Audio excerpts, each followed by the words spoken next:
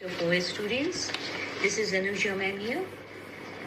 Today I'm going to continue the topic positive psychology.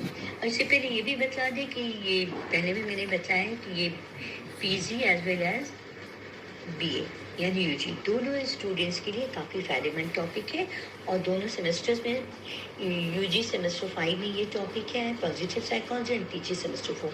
तो आप सभी के लिए काफ़ी फ़ायदेमंद है इस टॉपिक के बारे में। हम जैसा कि पहले भी चर्चा कर चुके हैं, तो आज फर्दर उसके विषय में हम उसके पॉइंट्स को आगे बढ़ाते हुए डिस्कस करने के लिए आगे बढ़ रहे हैं। तो हमारा था कि जैसे अब था ना कि नेचुरल टेंडेंसी ऑप्टिमिज्म के बारे में हम डिस्कस कर रहे थे कि आगे चलकर काफ़ी सारे अच्छे बदलाव देखने को मिल सकते हैं। अब इसका एक सेकेंड थर्ड पॉइंट होता है फ्लो। तो हमारी डेली एक्टिविटीज़ में बहाव एक ऐसी गतिविधि जो हमें टाइम के एहसास पर ले जाती है, और ये तब होता है जब हम अपनी हॉबी में खुद को इतना बिजी कर लेते हैं कि टाइम का एहसास नहीं होता है।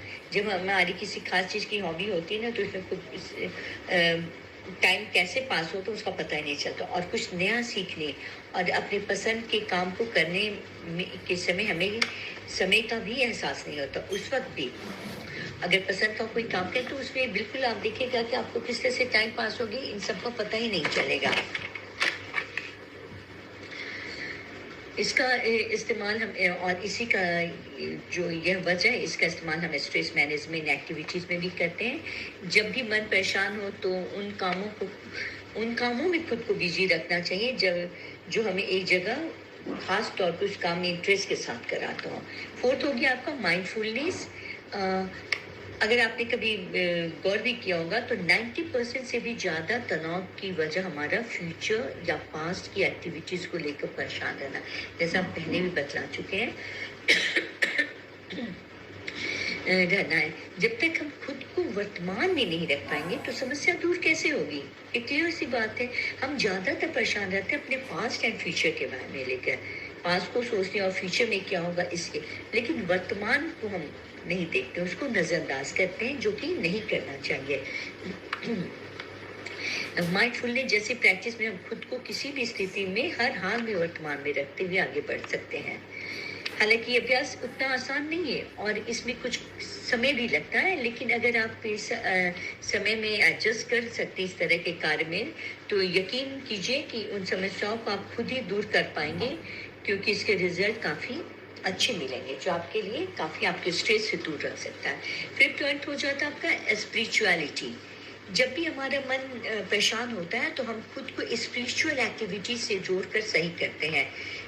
हम कहते हैं ना, बहुत घबराहट होती है, किसी तबीयत खराब होती है या कुछ ऐसी एंजाइटी वाली चीज़ें होती हैं, तो हम पूजा पाठ पर खुद को केंद्रित करने लगते हैं, भगवान का नाम लेने लगते हैं।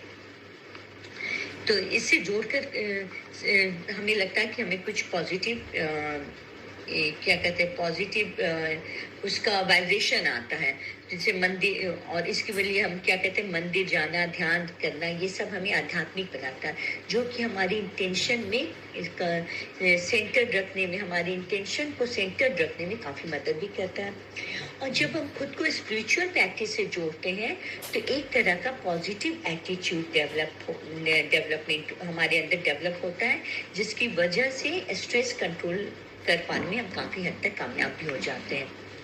यदि वीक में स्पिरिचुअल कम्युनिटी से यदि हम वीक में किसी एक दिन स्पिरिचुअल कम्युनिटी से जुड़े और उनके साथ वक्त बिताएं, तो हम खुद को काफ़ी फ्रेश पाते हैं, हमारा काफ़ी महसूस करते कि बहुत अच्छा एक फीलिंग आती है, और ऐसा करके हमें पॉजिटिव तो बनाता ही है, साथ ही साथ इससे हमारी इमोशनल हेल्थ भी काफ़ी स्ट्रांग होती है। खुद को स्पिरिचुअल पाथ पर ले जाने के कई ऐसे फायदे हैं जिन्हें एक्सप्लेन तो हम कर ही चुके बहुत सारे कि किस तरह से हमें आगे जाना चाहिए, किस तरह से अब इसके क्या क्या फायदे हैं। तो अब आध्यात्मिक उन्नति के लिए अपने स्पिरिचुअल गाइड से जुड़ने में किस तरह से हम उसके लिए कौन कौन से टिप्स को अपनाएं, तो जिससे हमें ज़्यादा फायदा होगा उसको इग्नोर नहीं। तो देखिए, पॉजिटिव साइकोलॉजी के ऐसे बहुत सारे फायदे हैं जिसे आप जानने के बाद एक बार इसे जरूर कोशिश भी हम ट्राई कर सकते हैं और करते भी हैं। जिस अब हो गया पहले, जिसमें कि जैसे कि बताते हैं कि उसमें क्या हो सकता है। पहला हो गया encourages commitment to health. Commit में अपने हेल्थ के साथ आपको कमिट करना होगा। तनाव की ऐसी स्थिति में अगर आपकी हेल्थ पर कोई बुरा इफेक्ट पड़ रहा है तो इसे दूर करता है और खुद से लड़ने और हेल्दी रखने के लिए काफ़ी कि प्रॉमिस खुद को करना पड़ता है। इसके लिए आपको तैयार होना होगा। दूसरा है फोकस ऑन पर्सनल स्ट्रेंथ। जब हम तनाव में होते हैं तब हम खुद की कमी को देखना शुरू कर देते हैं, न कि ताकत को।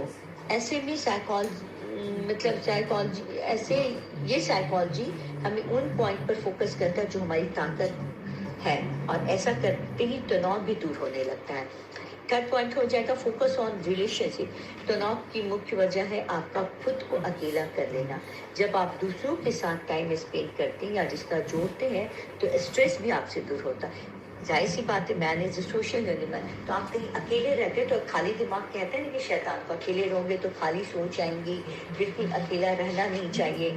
पल भर के लिए शांति, जब बहुत ज़्यादा कोलाहल से आप थोड़ी देर के लिए शांत अकेले में रह सकते हो, बट आप चाहोगे कि अकेला ही रहे तो वैसे भी आपका सेहत पे काफ़ी आपके ऊपर स्ट्रेस आएगा और आपके सेहत पे बुरा प्रभाव डालता है। इसलिए लोगों के बीच में ही रहना बेहतर होता है। फोर्थ आपका पॉइंट हो जाएगा इम्प्रूव द वर्क प्लेस। ये सबसे खास बात है कि आपके आसपास का माहौल, खासकर काम करने की जगह, वहाँ पर आपको एक सकारात्मक वातावरण मिले। ऐसी जगह हो जहाँ आप काम करते हो, जिसकी वजह से आप खुद को और ज़्यादा हम इम्प्रूव कर सकते हैं। Improve community commitment. आपके आसपास के लोग और समाज से आपको जोड़ने का काम करता है ताकि आप खुद को दूसरे से जुड़ा हुआ महसूस करें। ये फिर पॉइंट हो आपका इम्प्रूव कम्युनिटीज़, तो ताकि आप खुद को दूसरे से जुड़ा हुआ महसूस करें। और जब आपको एहसास होता है कि आप दूसरों के लिए खास हैं तो आप उसके लिए भी सोचना शुरू करते हैं, जो आपकी इस तनाव को दूर रखने में काफ़ी अहम योगदान देता है।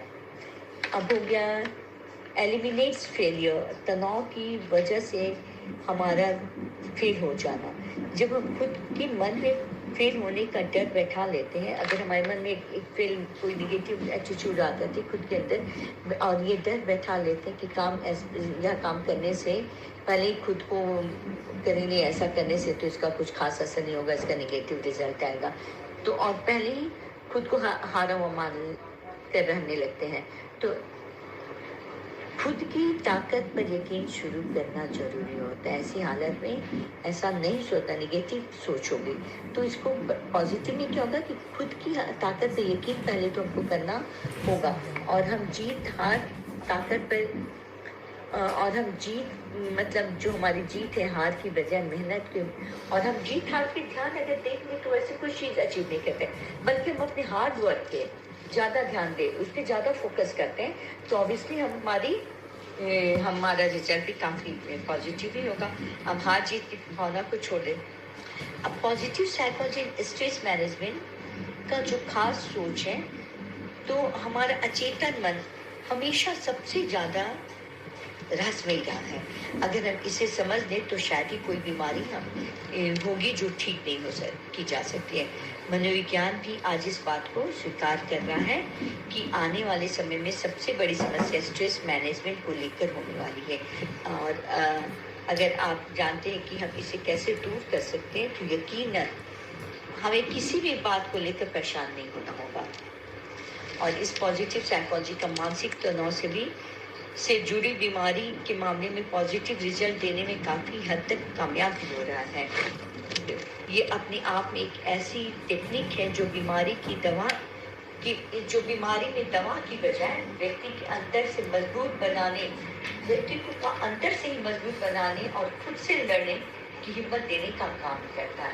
इसलिए हमने कहा कि पॉजिटिव साइकोलॉजी दवा नहीं बल्कि खुद से फाइट करके, खुद से अपनी पॉजिटिव सोच के द्वारा वह अपने इलाज कर सकता है। इसमें मतलब कि कहने की पॉजिटिव मनोविज्ञान जो दवा नहीं बल्कि अपने हौसले को अगर हम मजबूत रखते हैं तो वो हमारे हौसले का इलाज है। चलिए, thank you, all the best, take care you all. आज का लेक्चर यहीं होता है एंड गुड लक।